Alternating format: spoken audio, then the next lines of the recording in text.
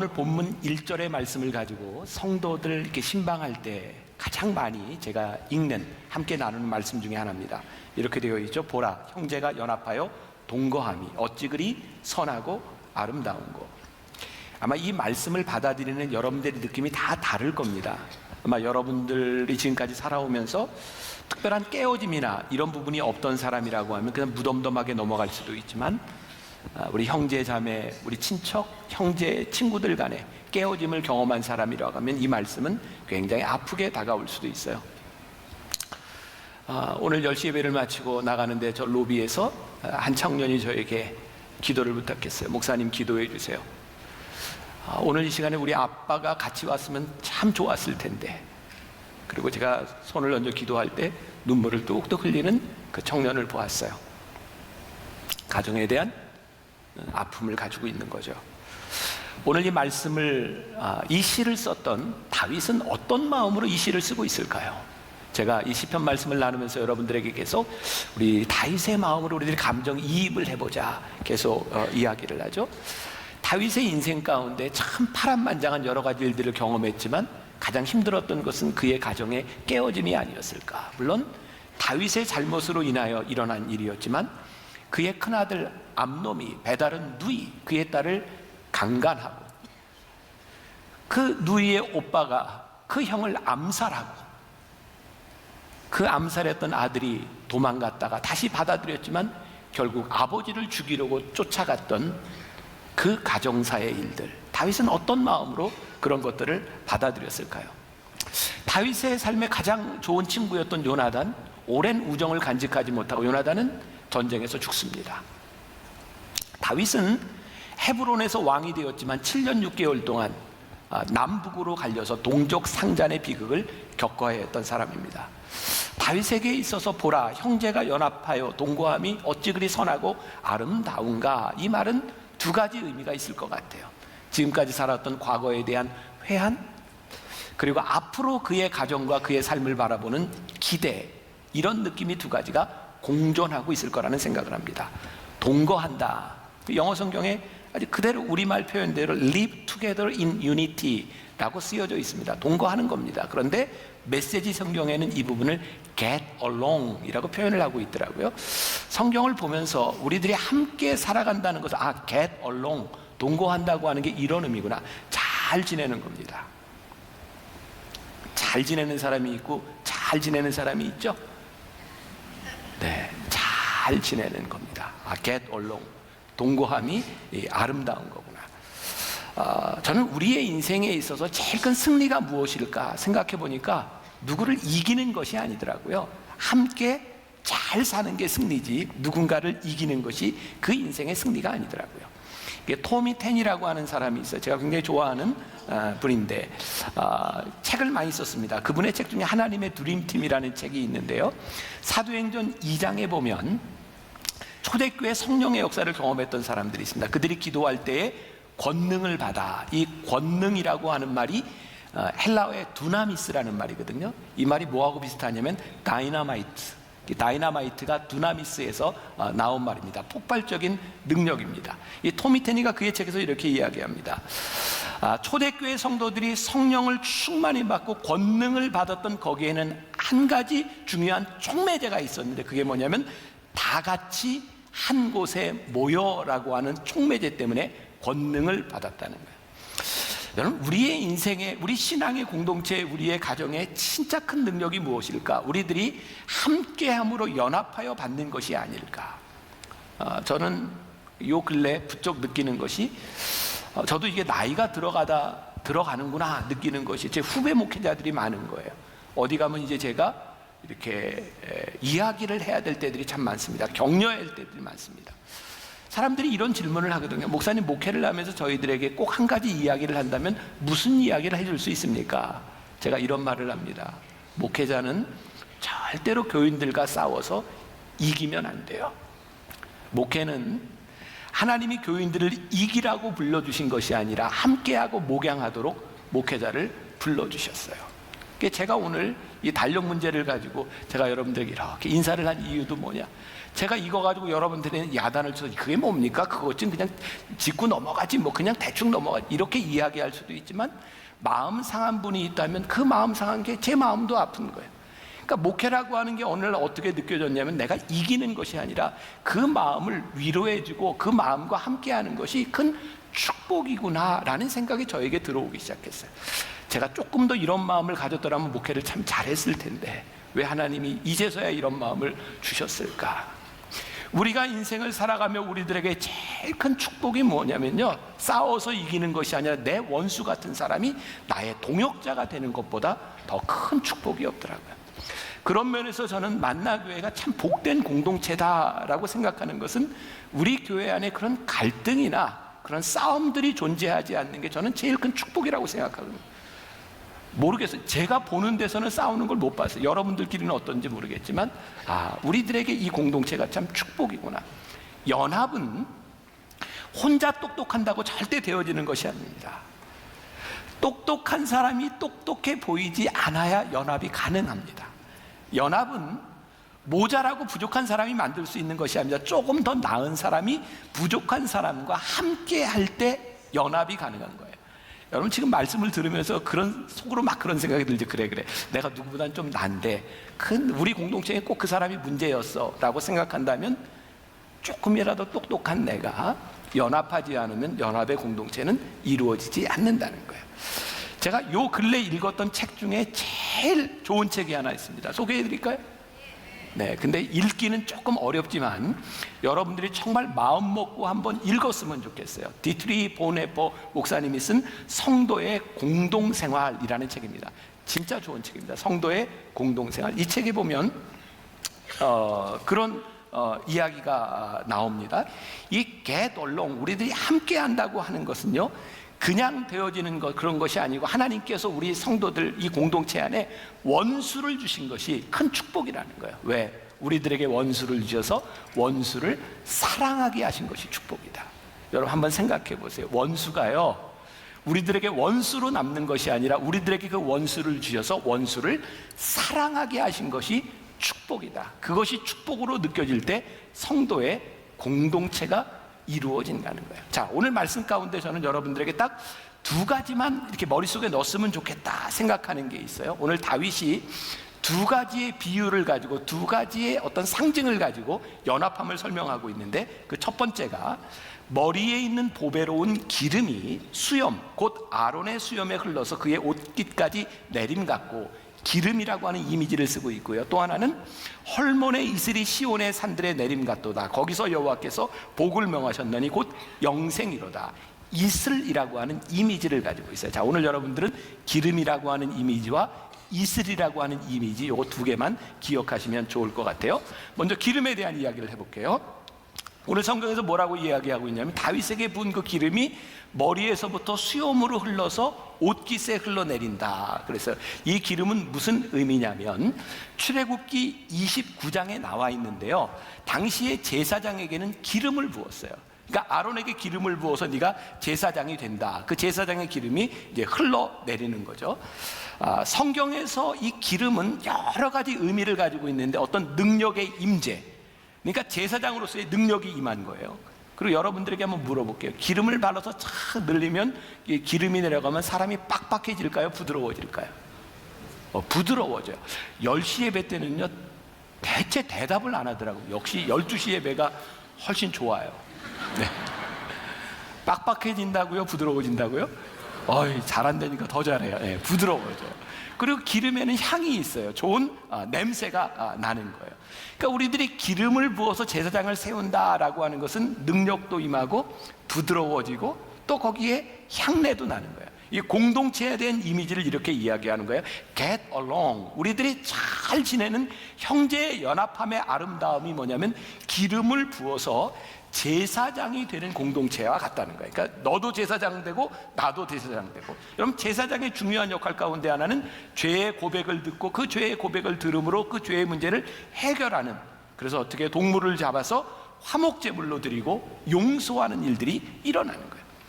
그 지구촌 교회 이동원 목사님이 이렇게 은퇴하시기 전에 교회 창립 기념일에 그 공동체에 대한 설교를 하신 적이 있어요. 그때 요 본문을 가지고 설교하면서 이 bless, 축복이라고 하는 말이 bleed, 피를 흘리다라고 하는 말과 어원이 같다, 이런 이야기를 하셨어요. 여러분, 축복은요 거저오지 않습니다. 피 흘림이 없이 축복은 오지 않습니다. 우리들이 제사장이 되어, 서로가 제사장이 되어 서로를 섬기고 화목제물을 드려 피 흘리는 일을 통해서, 서로의 아픔을 통해서 축복의 공동체를 이루는 거예요. 그러니까 아론에게 있어서 흘러냈던 이 기름, 서로가 제사장으로 불림을 받은 이것을 통하여 우리들이 연합할 수 있는 것은 축복의 공동체를 피 흘림을 통해서 만들어가고 있다는 거예요. 이번 시편 말씀을 나누면서 우리들에게 참 많은 유익이 되었던 게 찬양을 많이 한 거였죠. 순간순간 이게 때마다 기억나는 찬양들이 있었어요. 이 축복에 대한 이야기를 나누면서 어떤 찬양이 생각났을까요? 때로는 너의 앞에 어려움과 아픔이 있지만 담대하게 주를 바라보는 너의 영혼, 너의 영혼, 너의 영혼, 우리 볼 때 얼마나 아름다운지 너의 영혼 통해 큰 영광 받으실 하나님을 찬양. 오 할렐루야. 2절, 너는 택한 족속이요 왕 같은 제사장이며 거룩한 나라 하나님의 소유 된 백성. 너의 영혼, 너의 영혼, 우리 볼 때 얼마나 사랑스러운지 너의 영혼 통해 큰 영광 받으실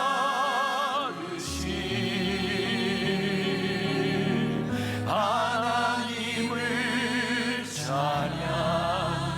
오 할렐루야.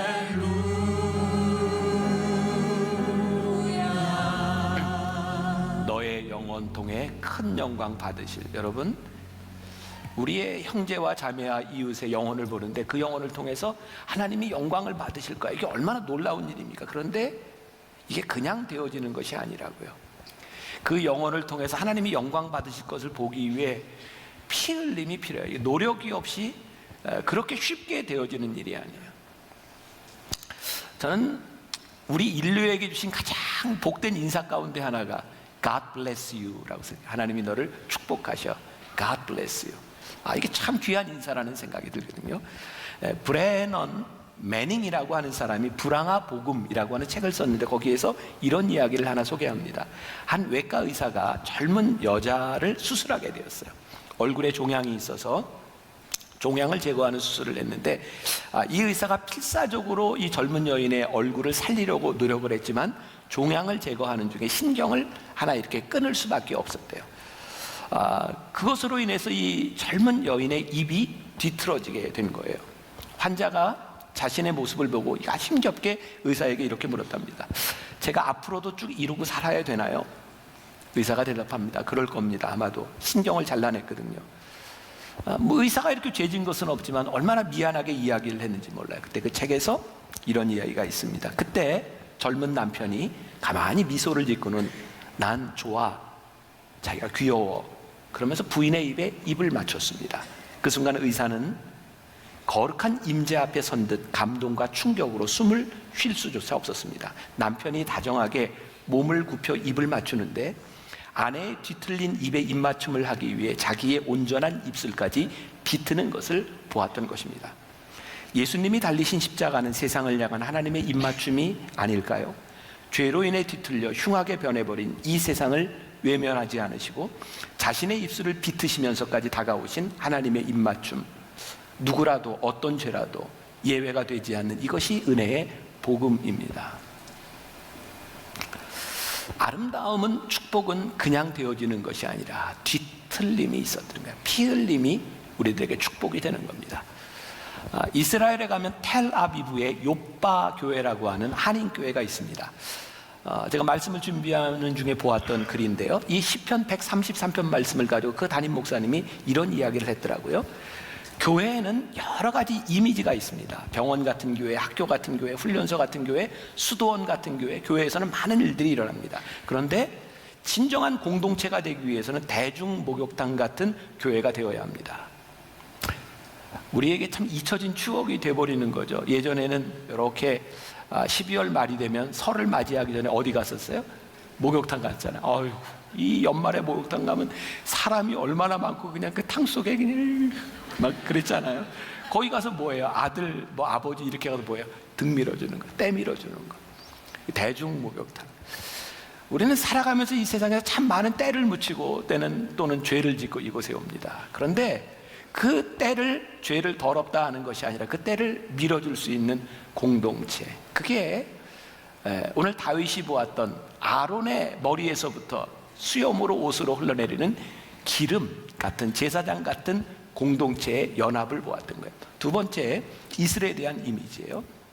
다윗은 이 시편 33편을 성전에 찬양을 하며 올라갈 때 지은 시라고 이야기를 합니다. 하나님께 예배하는 것은 늘 두 가지가 함께 있어야 됩니다. 하나님과 우리들 사이의 수직적인 관계와 그리고 사람과 사이의 그 수평적인 관계가 함께 되어야 되는 거죠. 다윗은 이것을 동거함이라고 표현을 했어요. 형제가 연합하여 동거함이 어찌 그리 선하고 아름다운고. 그런데 다윗은 이 동거함을 일회적인 사건으로 보았던 것이 아니라 상당히 점진적인 일로 보았던 것 같아요. 마치 머리에서 기름이 흘러 수염에서 옷깃에 흘러내리는 것처럼. 그리고 두 번째 이미지, 저기 헐몬산에서부터 이슬이 흘러 저 시온산에 이르는 것. 오늘 우리 형제 자매의 연합함이 어찌 그리 선하고 아름다운고, 이 축복이 우리들에게서 머무르는 것이 아니라 나를 통해서 이 축복이 흘러가서 생명을 살려야 그것이 우리들에게 진정한 축복이 되는 거예요. 말씀을 준비하다가요, 지난해인가요? 벌써 올해인가 우리가 러시아에 선교사님들 위로하는 그런 위로회를 갔을 때 이야기가 좀 생각이 났어요. 제가 가 있는데 한 선교사님이 저에게 굉장히 흥분한 어조로 저에게 이야기를 하시는 거예요. 그때부터 5년 전 러시아 모스크바에 우리 교회 출신 이명빈, 지금 목사님이죠, 이명빈 목사님이 회사 주재원으로 가 있으면서 거기에 선교사로, 평신도 선교사로 가 있었어요. 같이 있던 선교사님이죠. 근데 그 선교사님이 러시아 사람들 현지인 교대를 목회를 하고 있었는데 정말 어려운 상황에서 교회가 다 비가 와서 세구하는데도 수리를 못하면서 너무너무 어려운 상황 가운데 있었고, 이명빈 목사님과 같이 그것을 기도를 하고 있었던 거예요. 근데 이명빈 목사님이 우리 교회에 있을 때 영어 예배에 함께 사역하던 청년 하나가, 오늘 여기 보니까 아이 데리고 축복을 받는 그 청년인데, 첫 월급을 받았는데 이걸 어떻게 쓸까 하다가 이명빈 목사님이 생각이 났대요. 그래서 러시아로 이걸 보내야 되겠다. 그래서 첫 월급을 목사님한테 보낸 거예요. 근데 목사님이 그 첫 월급이라고 하는 걸 딱 받는 순간 그 사모님하고 둘이 울었대요. 왜? 지금 이 돈의 액수가 너무너무 정확하게 그 어려운 선교사님 집 수리, 교회를 수리할 비용이었던 거예요. 그래서 그 돈을 그 선교사님한테 드린 거예요. 그리고 그 교회에서는 그 러시아 현지인들과 함께 너무너무 큰 은혜와 감사를 고백했었고, 그들이 늘 그랬대요. 이 돈을 보내준 사람을 좀 만나야 되겠다고. 그런데 그때 러시아 선교사 위로회를 갔을 때 거기에 갔던 우리 장로님 중에 한 분이 그 청년의 아버지인 거예요. 거기서 만난 거예요. 별로 감동이 없으시군요. 거기서 그 사람들은 막 전율 같은 거, 야, 그때 그 돈을 보내줬던 그 청년의 아버지를 여기서 만난 거예요. 막 그렇게 이야기를 하는 거예요. 그 생각이 났어요. 하나님 축복이 그렇게 흘러가는 것이군요. 그렇게 이야기를 만들어가고 그렇게 역사를 만들어가고 그것이 축복이 흘러가는 것이군요. 저는 목회자로서, 만나게 담임 목사로서 제일 큰 축복, 저 하나를 고백하라면 하나님께서 저를 통해 축복의 유통자가 되게 하신 거예요. 누군가 필요한 곳에 우리 교인들과 우리 교회를 통하여 그 축복이 연결되어 흘러갈 수 있도록 만들어주신 거예요. 저에게 주신 너무나 큰 특권인 거예요. 우리 네팔에 지진이 나서 참 힘들 때 제가 교인들에게 이 네팔을 좀 돕자고 이야기했을 때 시안부를 살고 있던 한 분이 헌금을 가져오셨어요. 목사님, 이거 네팔에 좀 전해줬으면 좋겠다. 우리가 어려운 사모님들을 돕는 영성훈련을 할 때 이것을 이렇게 그만둬야 되나 어떻게 해야 되나 고민하고 있을 때 그때 초신자였던 한 분이 10,000원권으로 어떻게 그분이 그 돈을 모았는지 어떻게 했는지 모르지만 1,000,000원을 가지고 와서 목사님 이것을 위해 썼으면 좋겠어요. 그래서 사모님들 위로하는 것에 그 돈을 썼어요. 이게 축복이구나. 우리들을 통하여 하나님이 주신 이 사역들, 이 축복들이 흘러넘치면서 형제 자매가 함께 동거함이 이것이 우리들에게 큰 축복이구나. 우리 교회의 축복은 우리가 받은 것을 우리들이 누리는 것이 축복이 아니라 하나님이 이 교회를 통하여 흘러가게 하시는 것을, 그 역할을 하는 게 축복입니다. 혹시 기억하시는지 모르겠어요. 벌써 몇 달 지났습니다. 제가 일본에 갔다 와서 일본 히메지에 만나교회가 하나 세워졌는데 저희가 세우려고 세웠던 것이 아니라 일본에서 수십 년 혼자 몸으로 그렇게 어렵게 살던 한 여자분이 일본에 살고 있는 한국 사람들을 위해서 공동체를 만들고 교회를 세웠어요. 근데 이분에게 암이 찾아왔어요. 그리고 얼마 살지 못할 그 시한부를 살게 됐을 때 저희 교회를 찾아와서 목사님 이 교회를 도와달라고. 그리고 이분이 그 교회 3층짜리 건물을 자기 돈으로 사서 빚을 갚아가면서 그 교회를 교회로 넘겨주고 본인이 죽기 전에 이 교회가 서는 것을 좀 보고 싶은데 목사님 도와달라고. 그래서 우리 교회 전도사님을 파송하고 그 교회가 세워졌어요. 그래서 몇 달 전 제가 그 교회 갔을 때 그 권사님이 병원에서 휠체어를 타고 나와서 너무너무 감사하게 기쁨으로 함께 예배를 드리고 제가 떠나오면서 그랬거든요. 권사님, 제가 내년에 꼭 갈 테니 그때까지 살아계세요. 그런데 얼마 전에 세상을 떠났어요. 그 권사님이 교회를 너무너무 염려하다가 떠나갔어요. 많은 힘든 한인들을 다 딸처럼 아들처럼 거둬서 교육시키고 결혼시키고 그런 역할들을 하셨어요. 오랜 동안 투병하면서 저분이 3층짜리 건물을 이제 본인의 소유였던 걸 교회로 이렇게 명의 이전을 하는데 그 빚을 다 못 갚고 내가 죽는 것 때문에 너무너무 힘들어 하시더라고요. 그래서 염려하지 마시라 그랬어요. 나머지 빚은 우리 교회가 책임질 겁니다. 염려하지 마시라 그랬어요. 그리고 제 마음에 오늘 설교 준비를 하면서 큰 돈 이런 헌금이 아니라 하나님, 우리가 이슬 같은 축복을 우리들이 경험했으면 좋겠습니다. 그런 마음이 들었어요. 그래서 저도 우리 저금통 있잖아요. 동전 모으는 여기에 저금통 동전 제가 다 모았고요. 그리고 우리 여행 갔다 오면은 외국 돈 이렇게 남아있는 것들이 있어요. 저도 찾아보니까 카자흐스탄, 러시아, 아랍에미리트, 북한 돈까지 여기 있어요. 제가 여기 나머지를 다 모았거든요. 다음 주에 여러분들 오실 때 집에 있는 동전 다 모아보세요. 그리고 혹시 여행 갔다가 안 쓰는 돈들 다 한번 모여보세요. 저는 우리가 한번 이런 경험을 했으면 좋겠다는 생각이 들어요. 그냥 우리들이 교회 헌금으로 선교비로 이렇게 빚 갚아주는 것이 아니라 우리의 이슬 같은 것이 이렇게 쫙 모여서 이슬이 흘러서 이렇게 축복을 이렇게 흘러넘치게 하는 그 일들을 우리가 한번 경험했으면 좋겠고, 오늘 또 예배를 마치고 10시에 마치고 나가는데 우리 교회 일본 분들이 많이 예배 드리거든요. 한국말을 잘 못하는 분이 있어요. 저에게 목사님 감사하다고, 일본 분이 계속 얘기하는 히메지 땅 목사님 기억해 주셔서 감사하다고. 저는 우리들에게 주시는 제일 큰 축복이 피 흘림을 통해서 이슬 같은 축복이 우리들에게 흘러넘치는 것이 우리들에게 가장 큰 복이라고 생각하거든요. 오늘 말씀 가운데 헐몬의 이슬이 시온의 산들에 내림 같도다.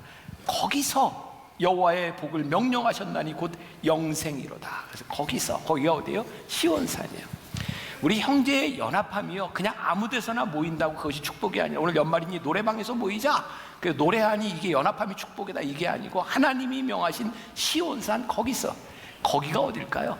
저는 이렇게 생각해. 하나님의 다스림이 있는 것, 우리가 하나님의 말씀대로 살아가는 것, 하나님의 뜻대로 살아가는 믿음의 공동체가 구별된 사람들이 구별된 장소에서 함께 모여 있음이 복이고 영생이로다. 우리가 이것 경험하고 이 기적들을 우리들이 전하며 살아가는 것 우리들에게 큰 축복이라고 생각해요.